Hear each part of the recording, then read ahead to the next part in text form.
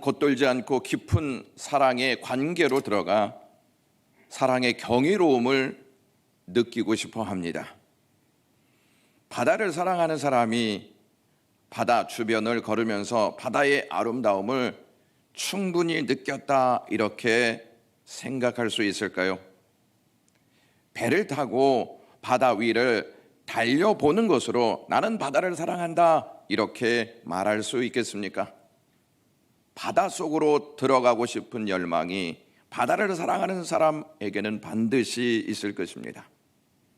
겉에서 보는 바다의 아름다움과 바다 속으로 들어가 보는 바다의 아름다움은 차원이 다를 것입니다. 또한 바닷속의 아름다움은 깊이에 따라 달라질 수 있습니다. 깊이 들어가면 갈수록 바다의 아름다움은 경이로움으로 바뀌고 경이로움을 찬사하는 감탄의 역사들이 나올 것입니다. 사랑은 경이로움을 느낄 때 만족할 수 있습니다. 바다의 평균 수심이 4,000m 정도 된다고 합니다. 세계에서 가장 깊은 바다는 마리아나인데 그곳의 깊이가 얼마 정도 되는지 아십니까? 화면을 보여주시면 11km가 된다고 합니다. 11km면 어마어마한 깊이 아니겠습니까? 그곳에 들어가 본 사람만이 그곳에서 느낄 수 있는 경이로움을 맞이할 수 있습니다. 그곳은 수압 때문에 아무 장비 없이 들어갈 수 없고 잠수정을 타고 들어가야만 그곳의 경관을 볼 수 있습니다. 2019년에 그곳에 들어간 잠수정의 이름은 리미팅 팩터라고 하는데 수압을 잘 견딜 수 있도록 약 570억 정도의 비용을 들여서 티타늄 소재로 제작되었다고 합니다. 그 잠수정을 타고 그 깊은 곳까지 들어간 사람만이 그곳에서 느낄 수 있는 경이로움과 신비를 느끼게 될 수 있습니다. 바다에 사람이 쉽게 들어갈 수 없는 깊은 곳이 있듯이 신앙에도 깊은 심연이 있다는 사실을 아십니까? 그 심연은 은혜의 깊은 곳입니다. 은혜의 깊은 곳까지 들어가려면 갈수록 신앙은 깊어지고 신앙의 깊이에 따라 성숙도도 달라집니다. 가장 깊은 바다가 11km라고 했습니다. 여러분들은 은혜의 깊이가 얼마나 깊을 것이라고 생각하십니까? 은혜를 경험한 사람들이 은혜를 설명할 때 측량할 수 없다고 고백합니다. 그 끝을 알 수 없다는 뜻입니다. 계속 들어가도 그 은혜의 끝을 볼 수 없고 세상에서는 경험할 수 없는 경이로움과 신비를 느낄 수 있다고 그들은 고백합니다. 신앙생활하는 우리는 어디에서 어떻게 하나님의 사랑을 경험하고 있습니까? 어디까지 들어가 보시고 하나님의 사랑을 안다고 고백하고 있습니까? 하나님의 사랑은 죽을 때까지 들어가도 그 사랑을 다 알 수 없고 다 경험할 수 없는 깊이입니다. 오늘 본문은 우리가 잘 알고 있는 고넬료 가족에 대한 내용이 기록되어 있습니다. 사도행전의 저자 누가는 왜 10장 전체에서 길게 고넬료 가족에 대한 부분을 다루고 있는 것일까요? 그가 대단한 믿음을 가졌기 때문에 그에 대한 내용을 다루고 있다고 생각하십니까? 누가는 고넬료를 소개할 때 먼저 이달리아의 백부장이라고 말하고 있습니다. 지금은 어떤지 모르겠습니다만은 예전에 한국에서 출세하려면 법을 공부해서 법관이 돼야 한다 하는 말이 있었습니다. 로마에서는 군인이 되라, 군인이 되어야 출세한다 하는 말을 했습니다. 백부장인 고넬료는 로마의 최상위 계층은 아니지만 식민지 파견 부대를 이끌고 있는 장교였습니다. 당시 백부장은 약 15년 정도 군에서 근무한 자가 갖는 직책이었습니다. 로마의 시저라고 하는 사람이 갈리아 전기를 보면 전투에서 제일 많이 죽는 군인들이 백부장이었다고 합니다. 로마가 늘 전쟁 중에 있었던 것을 감안하면 그는 오랜 기간을 전쟁터에서 살아남은 사람이었습니다. 그 당시 장교들이나 총독들은 해외의 파견지에서 약 2년 이상 근무하면서 부를 축적했다고 합니다. 재산도 증식시키고 진급에 필요한 자금을 확보하기 위해서 파견 근무지에서 근무를 했습니다. 누가는 그가 백부장이었음을 소개한 다음 그가 하나님을 경외한 사람이다 이렇게 말하고 있습니다. 이 대목에서 신학자들의 견해는 당시 로마가 윤리적으로 도덕적으로 매우 타락했기 때문에 로마의 타락한 문화와 부도덕함에 대해서 염증을 느꼈던 고넬료는 유대 땅에 파송되어 근무하다가 식민지의 국가의 종교지만 그들이 섬기는 하나님을 그가 받아들이게 되었다 이렇게 말합니다. 강력한 영향력을 행사할 수 있었던 고넬료는 로마 사람임에도 불구하고 하나님을 경외하는 삶을 살았습니다. 이 부분을 헬라어로 보면 이렇습니다. 유대교의 하나님을 믿으면서도 아직 공식적인 개종 절차를 밟지 않은 사람으로 되어 있습니다. 하나님을 믿었지만 공식적인 유대 종교의 절차를 밟지 않고 있는 사람 이렇게 되어 있습니다. 유대교의 공식적인 개종 절차를 밟기 위해서는 반드시 할례를 받아야 했습니다. 그것이 기본이었습니다. 그러므로 그는 할례를 받지 않고 하나님을 경외한 사람이었습니다. 그는 근무했던 가이사라에 사는 유대인들과 구약 성경을 통해서 하나님을 알게 되었던 모양이었습니다. 하나님을 알았기만 한 것이 아니라 경건한 기도 생활을 하기까지 했습니다. 다 아시겠지만 신앙을 가진 지 오래되었다 하더라도 기도하기에 그리 쉽지 않다 하는 것을 잘 알 것입니다. 따라서 기도한다는 것은 일종의 결단이 필요하다 하는 것을 우리에게 제시해 줍니다. 하나님을 알게 된 고넬료는 대부분의 로마 사람들이 그러하듯 철학 사조로서의 신으로만 하나님을 대하지 않고 항상 기도하며 삶으로 하나님께 나갔습니다.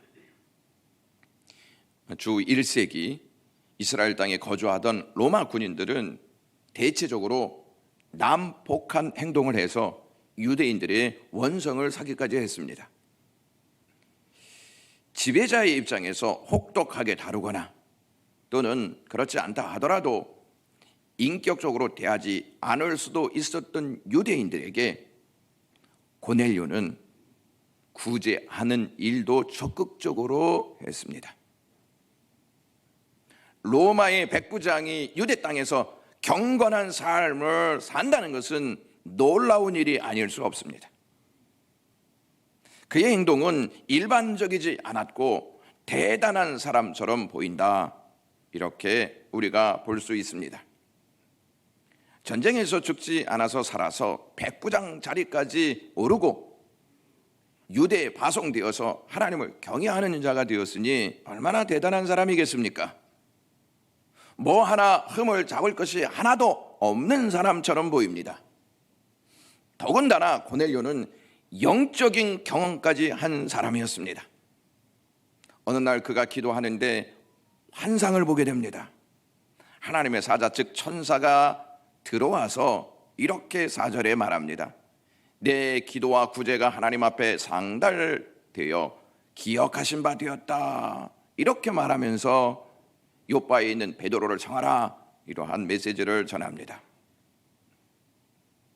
여러분 10장을 주의 깊게 보시면 대단하게 보였던 이 고넬료에 대한 내용은 1절과 2절에 아주 짧게 설명하고 있습니다.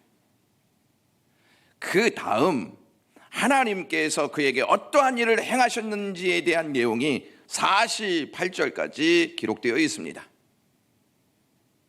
사도행전의 저자 누가는 고넬료의 이야기를 하면서 주인공이 대단한 사람처럼 보이는 고넬료가 아니라 하나님이라는 사실을 말하고 있는 것입니다. 역사의 주인이신 하나님이 그를 전쟁 중에 살게 하시고 백부장이 되게 하시고 유대 땅에 파견받게 하셔서 하나님을 경외하는 자로 삼으셨다는 것입니다. 하나님의 은혜가 없이는 그가 어떻게 하나님을 경외할 수 있는 사람이 될 수가 있겠습니까? 어떤 면에서 고넬료의 이야기가 하나님을 경외하고 경건한 삶을 살고 있는 것으로 끝나도 괜찮지 않습니까? 더 이상 무슨 내용이 들어가야 하겠습니까? 하지만 고넬료의 이야기는 그렇게 끝나지 않습니다. 왜냐하면 그렇게 끝나서는 안 되는 이야기이기 때문에 그렇습니다. 반드시 그 다음의 이야기가 있어야 고넬료의 삶이 온전한 삶이 될 수 있다는 것을 성경이 말하고 있는 것입니다. 하나님은 우리가 습관적으로 교회 다니는 것으로 우리의 삶의 이야기가 끝나기를 원하지 않습니다. 또한 직분을 감당하면서 스스로 만족하는 삶으로 우리의 이야기가 끝나기를 하나님은 원하지 아니하십니다. 하나님은 하나님이 주시는 은혜를 깊이 누리면서 순간순간 그 은혜의 신비와 경이로움을 경험하는 삶을 살기를 원하시고 그 삶을 통해서 하나님과의 관계가 깊어지기를 바라는 것이 하나님의 마음입니다. 하나님은 고넬료에게 은혜의 깊이로 들어갈 수 있도록 베드로를 만나게 하십니다. 여러분, 무엇을 통해서 은혜의 깊이로 들어갈 수 있다고 생각하십니까? 무엇이 여러분들에게 은혜의 깊이로 들어가는 통로가 될 수 있다고 여기십니까? 하나님은 그것을 고넬료를 통해 우리에게 알려주시고자 이 내용을 우리에게 주시고 있는 것입니다. 은혜의 깊이는 다른 것이 아닌 복음을 통해서 들어갈 수 있습니다. 역으로 복음을 알지 못하면 은혜의 깊이를 알 수가 없습니다. 은혜는 하나님이 값없이 주시는 선물이고 하나님의 사랑입니다. 그것이 복음을 통해서 우리에게 여실히 드러난다는 사실입니다. 사실 고넬료는 하나님을 경외하고 있었지만 아직까지 예수 그리스도를 모르고 있었기 때문에 하나님은 그의 이야기가 그렇게 끝나기를 원하지 아니하셨던 것입니다. 그 다음의 이야기를 통해 그가 더 깊은 은혜를 누리고 살도록 베드로를 청하라고 말씀하셨던 것입니다. 베드로를 초청한 고넬료는 베드로에게 그동안 듣지 못했던 복음을 듣게 됩니다. 베드로는 고넬료를 만나 다른 이야기를 하지 않고 예수 그리스도가 어떠한 분이시며 그가 어떠한 은혜를 우리에게 주셨는지에 대해서 구체적으로 설명합니다. 10장 38절에서 40절에 이렇게 말합니다. 하나님이 나사렛 예수에게 성령과 능력을 기름 붓듯 하셨으며 그가 도로 다니며 선한 일을 행하시고 마귀에게 눌린 모든 사람을 고치셨으니 이는 하나님이 함께 하셨습니다. 우리는 유대인의 땅과 예루살렘에서 그가 행하신 모든 일의 증인이라. 그를 그들이 나무에 달아 죽였으나 하나님이 사흘 만에 다시 살리사 나타내시되 이렇게 말씀합니다. 베드로는 고넬료에게 예수를 만나게 하려고 예수를 소개하고 있습니다. 하나님은 예수 그리스도를 성령과 능력으로 구원자가 되게 하셨고 선한 일을 하게 하심으로 마귀에 눌린 모든 사람들을 고치시도록 하셨습니다. 이렇게 하나님의 선한 역사를 감당하셨던 예수님을 사람들은 십자가에 달려 죽입니다. 이것이 정의를 외쳤던 자들의 모순된 모습이었습니다.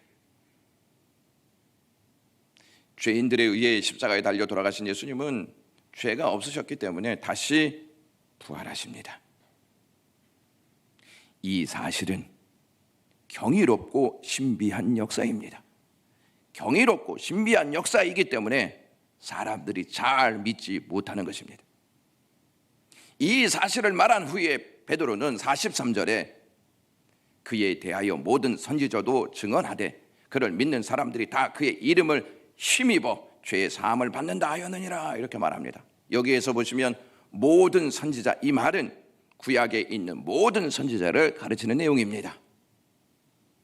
그러니까 베드로는 지금 구약의 핵심을 전하고 있는 것입니다.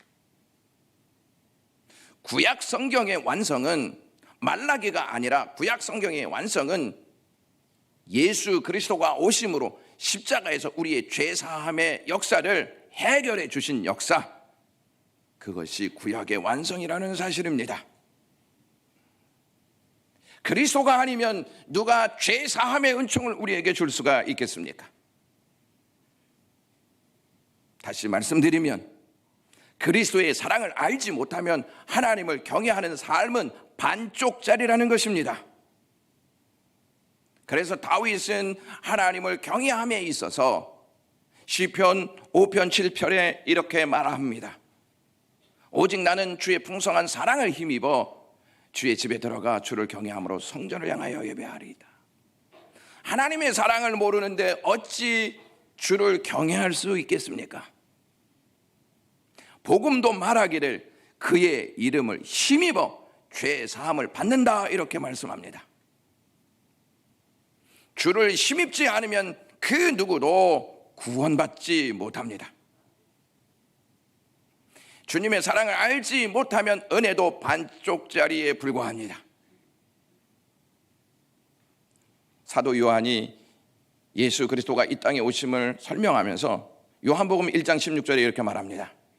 우리가 다 그의 충만한 데서 받으니 은혜 위에 은혜로라 이렇게 말합니다.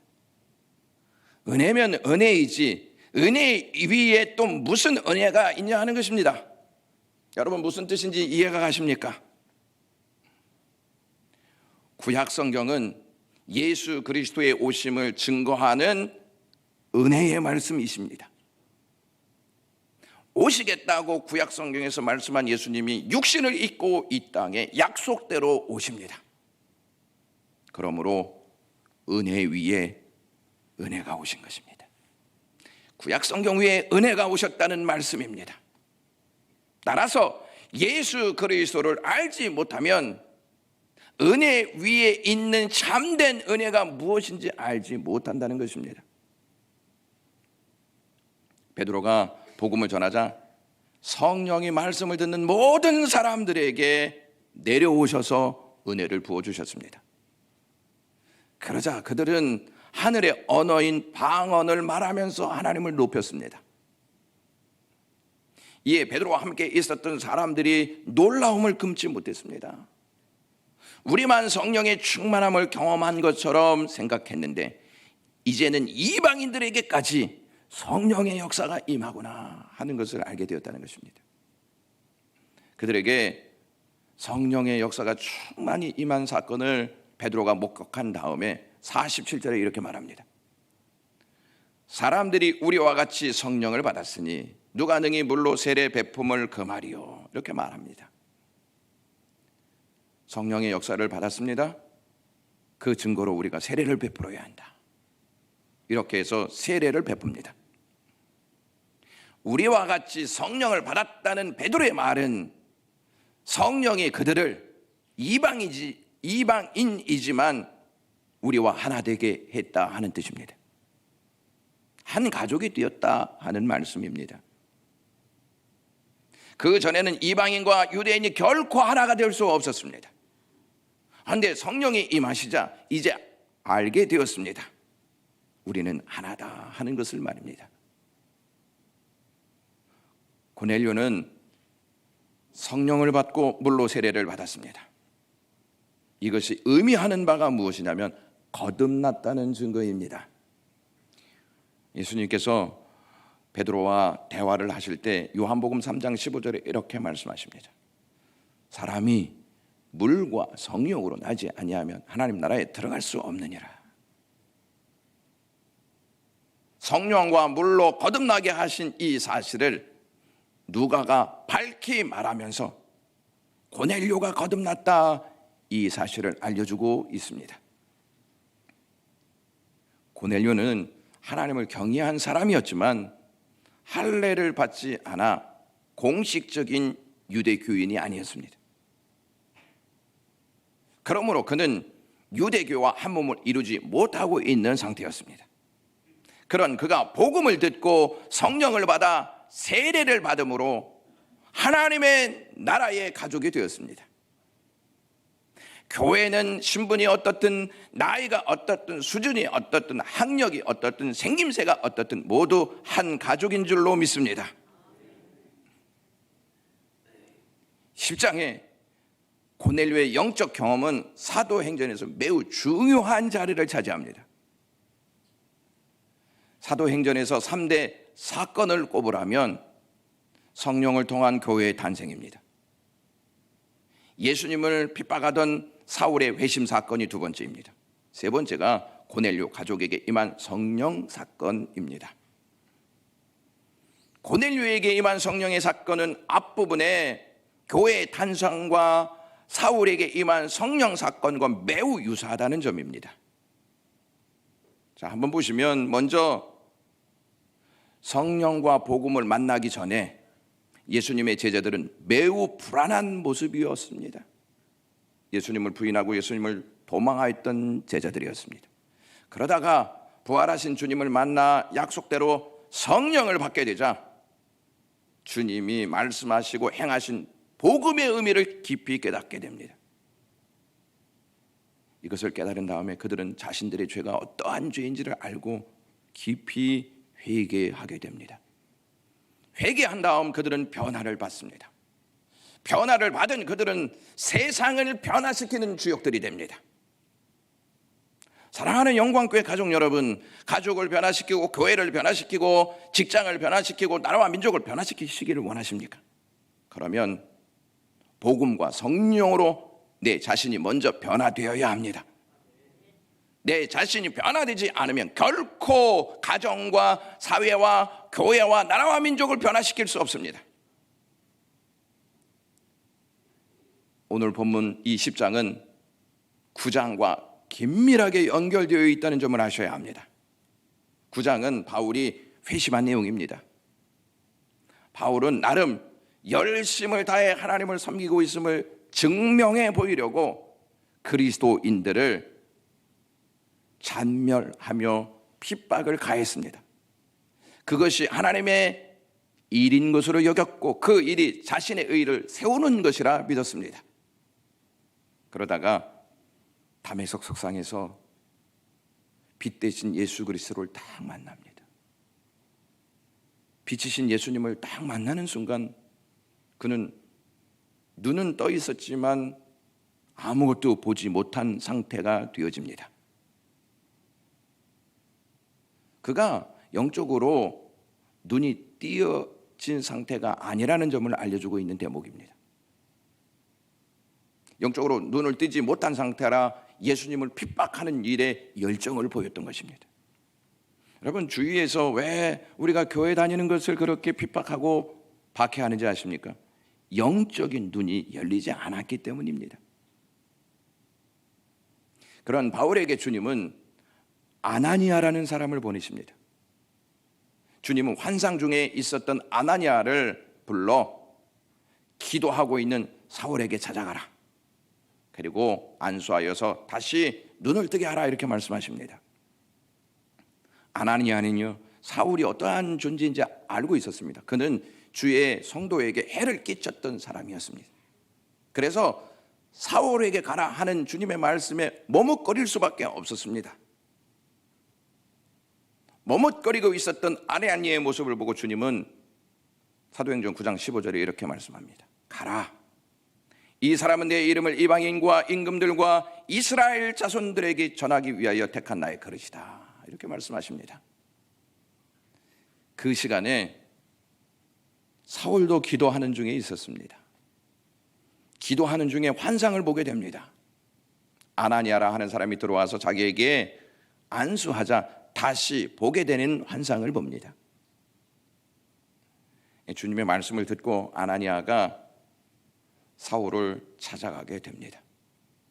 그리고 안수해서 다시 보게 합니다. 아나니아가 사울에게 안수하자 사울은요 성령으로 충만해집니다. 그리고 눈을 딱 뜨게 됩니다. 이에 아나니아가 세례를 베풉니다. 여러분 좀 뭔가 유사점이 있지 않습니까? 고넬료도 성령을 받고 세례를 받습니다. 사울도 성령을 받고 세례를 받습니다. 사울도 환상을 봅니다. 아나니아도 환상을 봅니다. 베드로도 환상을 봅니다. 고넬료도 환상을 봅니다. 이 일로 사울은 삶이 180도 변화되게 됩니다. 그리고 세상을 변화시키는 주역이 됩니다. 사울은 유대인이고요, 고넬료는 이방인이었습니다. 그도 사울처럼 하나님을 경외하는 삶을 살았던 인물이었습니다. 그도 사울처럼 성령을 받고 세례를 받은 사람으로 거듭났습니다. 그 과정 속에서 고넬료도 바울처럼 환상을 보고 베드로도 아나니아처럼 환상을 보고 지시를 받아서 서로 만나게 되는 은혜의 역사가 펼쳐집니다. 아나니아를 통해 성령을 받은 바울처럼 고넬료는 베드로를 통해 성령을 받아 한 번도 경험하지 못한 하나님의 깊은 은혜를 경험하게 됩니다. 혹시 지난주에 말씀이 생각나실지 모르겠지만 사울이 스데반을 죽이지 않습니까? 그래서 스데반의 죽음으로 경건한 사람들이 매우 슬퍼합니다. 교회는 완전히 풍비박산이 나서 사방으로 흩어집니다. 흩어짐은 희망을 잃게 만드는 상황처럼 비춰집니다. 그러나 흩어진 사람들은 희망을 잃지 않고 복음을 전함으로 수가 많아지는 은혜를 맞이합니다. 오히려 흩어짐이 더 깊은 은혜를 경험하는 계기가 됩니다. 그 중심에 바울과 이방인인 고넬료가 있다는 사실을 누가가 알려주고 있습니다. 여러분은 사울과 고넬료의 이야기를 통해 무슨 은혜를 깨닫습니까? 둘 다 하나님이 찾아가시는 은혜로 변화되어서 주를 위해 사는 이야기로 바뀌어진다는 이 사실, 이것이 은혜지 않습니까? 사랑은요 겉돌기만 하고 오기만을 기다리지 않습니다. 직접 찾아갑니다. 제가 서두에 바다를 사랑하는 사람은 백사장만 거니는 것으로, 배를 타고 바다 위를 누비는 것으로 만족하지 않고 바닷속으로 들어간다고 했습니다. 들어가되 더 깊이 들어가서 바다의 아름다움과 경이로움을 만끽하고 싶어 한다고 말씀드렸습니다.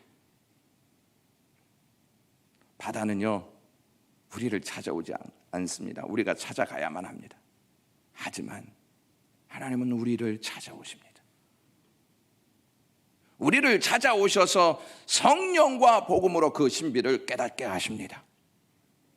그 신비를 깨달을 때마다 늘 새롭습니다.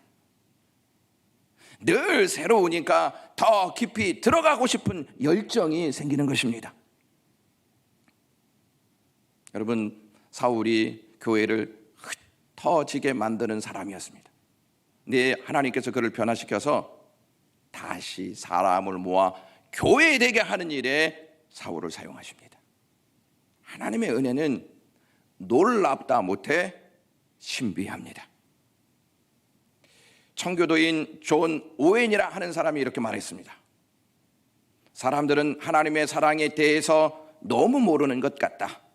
우리가 하나님을 사랑하는, 하나님을 향한 사랑이 너무 깊은 나머지 그 사랑 때문에 하나님께 대하여 상사병에 걸릴 수도 있다는 사실을 모르는 사람들이 너무 많다라고 말했습니다. 주일에 교회에 나오는 신앙에 머물러 있으면 바다의 백사장을 다니는 것으로 만족하는 것과 똑같습니다. 교회에서 직분을 맡아 봉사하는 것에 머물러 있으면 배를 타고 바다를 누비는 것으로 충분하다고 생각하는 것과 똑같습니다. 사랑하는 성도 여러분, 여러분은 지금 어디에 계십니까? 어느 곳에서 머무르며 만족하면서 살고 계십니까? 우리는 우리가 있는 곳까지만 은혜를 누릴 수 있습니다. 얕은 물가에 있으면 드는 생각이 별거 없네라는 생각입니다. 우리가 얕은 은혜를 가지고 있으면 교회 별거 없네, 기도해봐야 별거 없네, 말씀 들어야 별거 없네, 사명 감당해야 별거 없네, 이렇게 생각하는 것입니다. 그 이상의 은혜를 경험할 수가 없습니다. 은혜의 깊이를 알면 두 가지가 반드시 필수적입니다. 첫째, 예수 그리스도가 어떠한 분이시며 왜 나를 위해 십자가에 달려 돌아가셨는지, 왜 부활하셨는지를 깊이 날마다 묵상해야 합니다. 담에석 석상에서 주님을 만난 바울이 로마 교회에 이러한 편지를 했습니다. 로마서 11장 33절에 깊도다 하나님의 지혜와 지식의 풍성함이요 그의 판단은 헤아리지 못할 것이며 그의 길은 찾지 못할 것이로다. 바울은요, 하나님의 지혜와 지식이 깊고 풍성하다고 말씀하고 있습니다. 사람들의 얕은 지식과 얕은 지혜로 깊고 풍성한 하나님의 지혜와 지식을 판단하려고 듭니다. 우리의 얕은 지혜와 지식의 잣대로 하나님의 지혜와 지식에 접근하려는 것은 어리석고 미련한 짓입니다. 하나님의 지혜와 지식은 이론에 머물러 있지 않습니다. 하나님의 지혜와 지식은 인격으로 나타나 우리를 찾아와 우리를 변화시킵니다. 바울은 하나님의 지혜를 가르쳐서 그리스도다 이렇게 말합니다. 그리스도이신 예수님은 하나님의 지혜로 오셔서 십자가로 인간의 죄를 대속하셨고 부활하심으로 죄로 잃었던 생명을 영원한 생명으로 바꾸어 주셨습니다. 우리의 죄의 본질을 바꾸지 못하는 지혜, 우리에게 생명을 주지 못하는 지혜, 우리를 구원으로 인도하지 못하는 지혜는 다 바람을 잡으려는 것과 똑같습니다. 이 세상에 우리를 죄인에서 의인으로 변화시켜주는 지혜, 죄로 잃었던 생명을 영생으로 바꾸어주는 지혜, 형벌에서 구원으로 바꾸어주는 지혜가 있습니까? 이러한 지혜는 오직 그리스도만이 우리에게 주시는 지혜입니다. 그리스도의 지혜가 하나님의 지혜이기 때문에 그렇습니다. 은혜의 깊이를 알면 또 한 가지를 해야 합니다. 성령을 통해 그 은혜를 깨닫게 해달라고 날마다 간구해야 합니다. 바다의 깊은 곳은 사람이 잠수해서 들어갈 수 없고 잠수정을 통해서 들어갈 수 있는 것처럼 하나님의 사랑의 깊이는 우리의 힘으로가 아닌 오직 성령을 통해서 들어갈 수 있는 줄로 믿습니다. 바울은 고린도전서 2장 10절에 이렇게 말합니다. 기록된 바 하나님이 자기를 사랑하는 자들을 위하여 예비하신 모든 것은 눈으로 보지 못하고 귀로 듣지 못하고 사람의 마음으로 생각하지 못하였다 함과 같으니라. 오직 하나님이 성령으로 이것을 우리에게 보이셨으니 성령은 모든 것 곧 하나님의 깊은 것까지도 통달하시느니라.